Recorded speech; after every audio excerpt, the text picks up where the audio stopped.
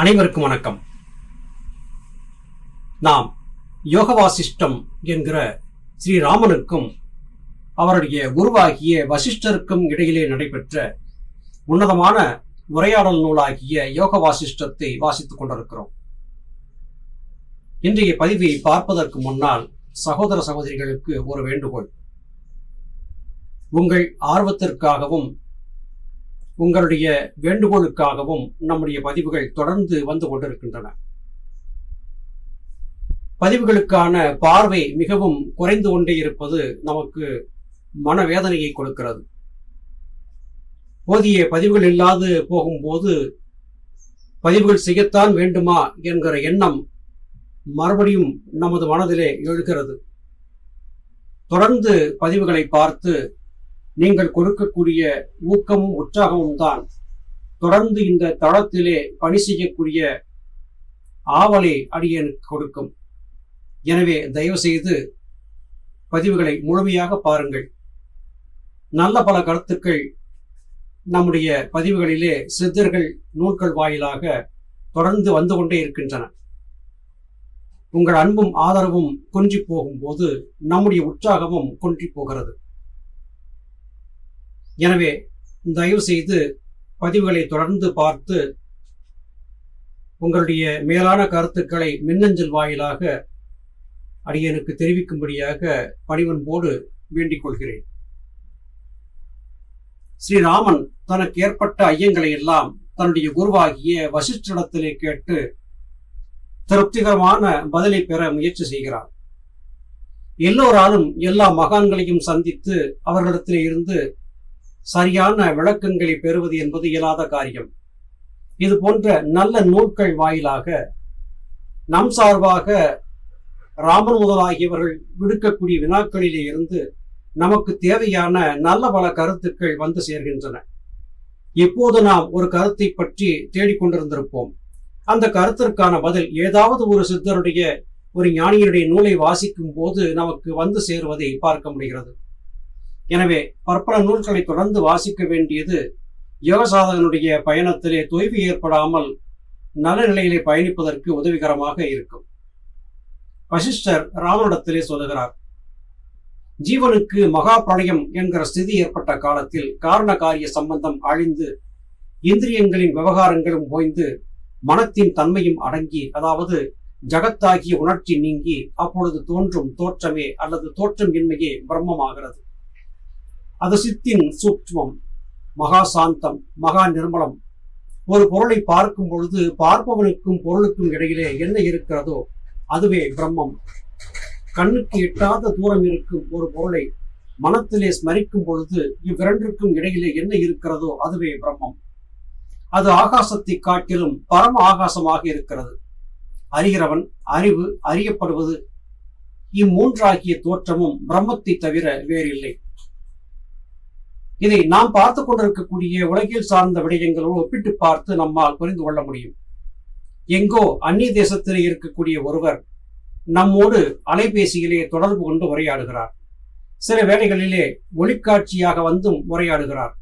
நேரடியாக அவரை பார்த்து அவரோடு அளவலாவக்கூடிய விடயங்களும் நிகழ்கின்றன. இருவருக்கிடையிலே கைபேசிகள் பயன்படுகின்றன. கைபேசிகளுக்கிடையே தகவல்களை பரிமாறுவதற்கு காற்றலைகள் பயன்படுத்தப்படுகின்றன. எங்கோ இருக்கக்கூடிய ஒருவர் இங்கே இருக்கக்கூடிய ஒருவரோடு தொடர்பு கொள்ளுகிறார் என்றால் அதற்கு இடையிலே ஊடகமாக செயல்பட்ட காற்றலை கண்களுக்கு தெரியாதது. மனிதன் தன்னுடைய தீவிரமான ஆராய்ச்சியின் காரணமாக இந்த காற்றலையிலே தகவல்களை அனுப்புவதையும் பெறுவதையும் சரியாக புரிந்து கொண்டு விட்டான். இது மனிதன் கண்டுபிடித்த கருவிகள் மூலமாக நிகழ்கிறது. ஆனால் ஞானிகள், மகான்கள் என்பவர்கள் இப்படிப்பட்ட கருவிகளுடைய உதவி எதுவுமே இல்லாமல் இதை சாதித்து காட்டினார்கள். திரு அருட்பிரகாச வள்ளலார் ஒரு சமயம் தன்னுடைய சீடர்களிடத்திலே உரையாடி கொண்டிருந்த போது அவர்களுக்கு ஆருத்ரா தரிசனத்தை பார்ப்பதற்காக செல்ல வேண்டும் என்கிற விருப்பம் இருந்தது. இந்த ஆருத்ரா தரிசனத்தை சென்று பார்க்க போக முடியவில்லையே என்று வருந்தினார்கள். வள்ளல் பெருமானார் தான் வைத்திருந்த உடுத்தக்கூடிய ஒரு வேட்டியை எடுத்து அந்தரத்திலே தொங்கவிட்டார். தொங்கவிட்ட அந்த வேஷ்டியின் வெள்ளை திரையிலே ஆருத்ரா நிகழ்ச்சியிலே நடைபெற்ற சகலவிதமான காட்சிகளும் காட்சிப்படுத்தப்பட்டன. இது எப்படி சாத்தியமாயிற்று? ஆங்கிலத்திலே சொல்வதென்றால் ரிசீவர், டிரான்ஸ்மிட்டர், ப்ரொஜெக்டர் இப்படிப்பட்ட கருவிகள் தேவையாக இருக்கும். ஆனால் இப்படி எந்த ஒரு கருவியுமே இல்லாமல் ஒளி காட்சிகளோடு ஒரு வெள்ளை வேஷ்டியிலே திருஅருள் பிரகாச வள்ளலார் ஆருத்ரா தரிசன நிகழ்ச்சியை காட்டினார் என்று அவருடைய வாழ்க்கை சரித்திரத்திலே பார்க்க முடிகிறது. மனிதன் இது போன்ற கண்டுபிடிப்பை கண்டுபிடிப்பதற்கு இன்னும் நீண்ட நெடிய காலங்கள் ஆகலாம். இந்த இரண்டுக்கும் இடையிலே எப்படி இந்த தகவல் பரிமாறப்பட்டது என்றால் அது பிரம்மத்தின் மூலமாக நிகழ்ந்தது என்று வசிஷ்டர் குறிப்பிடுகிறார். இந்த இடத்திலே 3 விடயங்களை வசிஷ்டர் சொல்லுகிறார். அறிகிறவன், அறிவு, அறியப்படுவது என்கிற 3 இங்கே இருக்கிறது. இந்த 3ம் எங்கிருந்து வந்திருக்கக்கூடும்? அது பிரம்மத்தை தவிர வேறு என்னவாக இருக்க முடியும் என்றும் வசிஷ்டர் வினாவெடுக்கிறார். மகா பிரளயம் ஏற்பட்ட பொழுது ஜகத் மோகம் அழிகிறது என்றால் அது ஒரு காலம் ஏற்பட்டிருக்க வேண்டுமே என்று கேட்கலாம். இதன் தத்துவத்தை ஒரு பிரதி கேள்வியின் மூலமாக அறியலாம். கனவில் காணும் மலடியின் புத்திரனும் ஆகாசத்தில் காணும் வனமும் எங்கிருந்து வந்தன? அவை எங்கே மறைந்தன? இந்த மோகம் எப்படி ஆராய்ச்சி செய்த மாத்திரம் அழிகிறதோ அதே மாதிரி அஞ்ஞானம் நீங்கியதும் அவ்விடத்தில் தான் ஞானம்தான் மிஞ்சி நிற்கிறது. அப்பொழுது ஞானம் ஏற்பட்டதான தோற்றத்தை கொடுக்கிறது. வாஸ்தவத்தில் பிரபஞ்சத்திற்கு உற்பத்தி இல்லை, ஆகவே அழிவும் இல்லை. பிரபஞ்சத்தை பிரம்மத்தை தவிர்த்து வேறாக கருதும் நோக்கம் அழிந்ததும் அதே பிரபஞ்சம் பிரம்மமாக தனியாக நிற்கும். தங்கத்தால் செய்யப்பட்ட வளையலில் எந்த பாகத்தில் வளையல் என்பது இருக்கிறது? ஒவ்வொரு அணுவிலும் தங்கத்தை தவிர வேறொன்றையும் நாம் காண்பதில்லை. ஆகாசத்திலே சூன்யம் என்பது எங்கிருக்கிறது? அது முற்றும் சூன்யம், சூன்யமயம். அதே மாதிரி பிரபஞ்சம் பிரம்மத்தை தவிர வேறில்லை. அதிலிருந்தே உற்பத்தியான தோற்றம் ஏற்பட்டால் அப்பொழுது அதை பிரம்மத்தை தவிர வேறாக கருதுவது ஏன் என்று கேட்கிறார். இங்கே கனவு காணுகிறாள் ஒரு மலடி. தன்னுடைய கனவிலே கருவாகி குழந்தை பெற்று அந்த குழந்தையோடு கொஞ்சி மகிழவும் செய்கிறாள். கனவு கலைந்து எழுந்திருந்த போது தான் மலடி என்பதை மறுபடியும் புரிந்து கொள்கிறாள். இந்த நனவு வாழ்க்கைக்கும் கனவு வாழ்க்கைக்கும் இடையிலே இருக்கக்கூடிய வித்தியாசம் உணரத்தக்கது. நனவு வாழ்க்கையிலே ஒருவன் பார்வையில்லாதவனாக இருக்கலாம், நடக்க முடியாமல் கால்கள் சேதமடைந்தவனாக இருக்கலாம். ஆனால் அவன் கனவிலே பார்க்கிறான், கால்களிலே நடக்கிறான், ஓடுகிறான், இத்தனை காரியங்களையும் செய்கிறான். இது எப்படி சாத்தியமாயிற்று?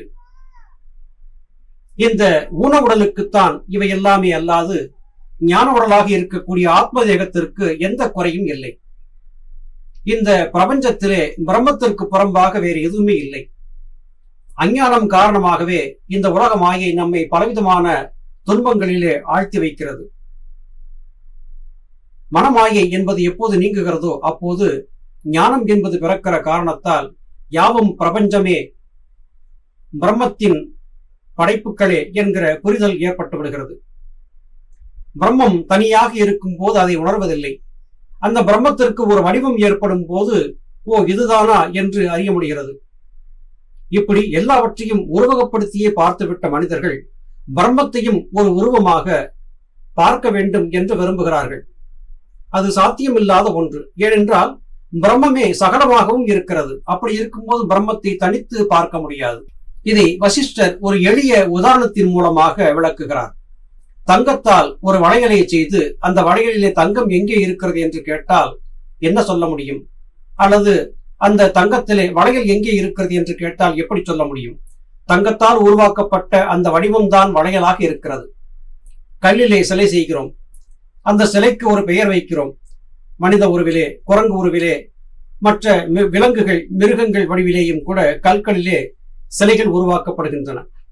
ஆனால் அந்த சிலையை பார்த்த பிறகு கல் மறைந்து விடுகிறது, அதன் உருவமே அங்கே பேசப்படுகிறது. அதுபோல தங்கத்திலே வளையலை செய்தான பிறகு அது வளையல் என்று கருதப்படுகிறது. அதன் பிறகு அது என்ன உலோகம் என்று கேட்கும் போதுதான் அது தங்கம் என்கிற பதில் வருகிறது. எல்லாமே அதற்குள்ளே இருந்து வெளியே வந்ததுதான். மாயைதான் இப்படிப்பட்டவற்றை உருவாக்கி இருக்கிறது. வளையலாக பார்த்தால் வளையல், தங்கமாக பார்த்தால் தங்கம். பிரபஞ்சமாக பார்த்தால் பிரபஞ்சம், அதையே பிரம்மமாக பார்த்தால் அதுவே பிரம்மம். இது சூன்யத்திலே இருந்து உருவாகிறது. சூன்யம் என்பது எதுவுமே இல்லாத ஒன்று, பூச்சியம். இந்த பூச்சியத்திலே இருந்துதான் சகலமும் சிருஷ்டியாகி வந்திருக்கின்றன என்றே ஞானிகள் மகான்கள் கூறுகிறார்கள். மேலும் வசிஷ்டர் சொல்லுகிறார், பிறகு தோற்றமாகிய ஜகத் ஜட சம்பந்தமானது, இது சத்தாகிய பிரம்மத்திலிருந்து எப்படி உற்பத்தியாகும் என்று கேட்கக்கூடும். பிரகாசத்தினால் நிழல் எப்படி ஏற்படுகிறதோ அது போலவேதான் ஜடமாகிய ஜகத்தின் தோற்றமும் ஏற்படுகிறது. பிரகாசம் இல்லாவிட்டால் அதன் பிரதியாகிய நிழல் ஏற்பட முடியாது. அப்படியே பிரம்மமாகிய சத்தியம் இல்லாமல் அசத்தாகிய ஜகத் தோற்றமும் ஏற்பட முடியாது. ஆகவே ஜகத் என்பது பிரம்மமே.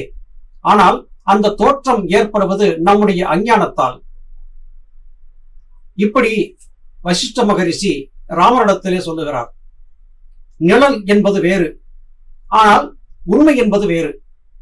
நிழல் என்பது பிரகாசம் இருந்த போது மாத்திரமே வெளிப்படுகிறது. பிரகாசம் இல்லாது இருளாக இருக்கும் போது நிழலின் நிறமும் இருளின் நிறமும் ஒன்றாக இருப்பதால் அதிலே பிரதிபிம்பம் காணப்படுவதில்லை. அதுபோல இந்த ஜகத் என்பது பராபரத்திலிருந்து வெளிப்பட்டு வந்த பிரகாசத்தின் காரணமாக நிழலாக ஜீவன்களாக தோற்றம் கொடுக்கிறது. இந்த பிரகாசம் என்பது பராபரத்திலே இருந்து வருவது நின்று போய்விட்டால் அங்கே இருள் மாத்திரமே இருக்கும். அந்த இருளுக்குள்ளே ஒரு உடலிலே இருந்து நிழல் என்பது விழாது. இதை நம்முடைய வாழ்க்கையிலே ஒரு சிறிய உதாரணத்தின் மூலமாக பார்க்கலாம். நாம் நல்ல காரிருளிலே நடந்து கொண்டிருக்கிறோம். அப்போது சுற்றுமுற்றும் பார்த்தால் நம்முடைய நிழலை காணவில்லை. அதுவே பகல் பொழுதிலே நடமாடும் போது கதிரவன் கிரணங்களால் வெளிச்சம் பட்ட காரணத்தால் நம்முடைய நிழல் நமக்கு முன்போ அல்லது பின்போ விழுந்து கொண்டிருக்கிறது.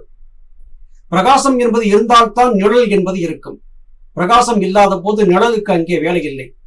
அதுபோல மனம் என்பது உலகியல் சார்ந்த விஷயங்களுக்குள்ளாக வருவதற்கு பிரகாசம் என்பது தேவையாகிறது. அந்த பிரகாசம் என்பது ஜீவனிலே இருந்து வெளிப்பட்டு வருகிறது.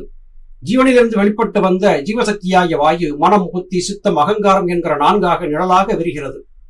இந்த நிழல் தான் இந்த உலகத்தை உருவாக்குகிறது. எனவே ஒன்றுக்குள் ஒன்று ஒடுக்கமாகி அடக்கமாகி இருக்கிறது என்கிற உண்மையை வசிஷ்டர் பெருமான் ஸ்ரீராமனுக்கு சொல்லுகிறார். உண்மையிலேயே பிரகாசம் என்பது இல்லாது போகும்போது எதுவுமே இல்லாதாகிறது. கனவற்ற ஆழ்ந்த உறக்கம், சுழுத்தி என்கிற உறக்கத்தை நாம் கொள்ளும் போது இந்த பிரபஞ்சம் இல்லை, இந்த உலகம் இல்லை.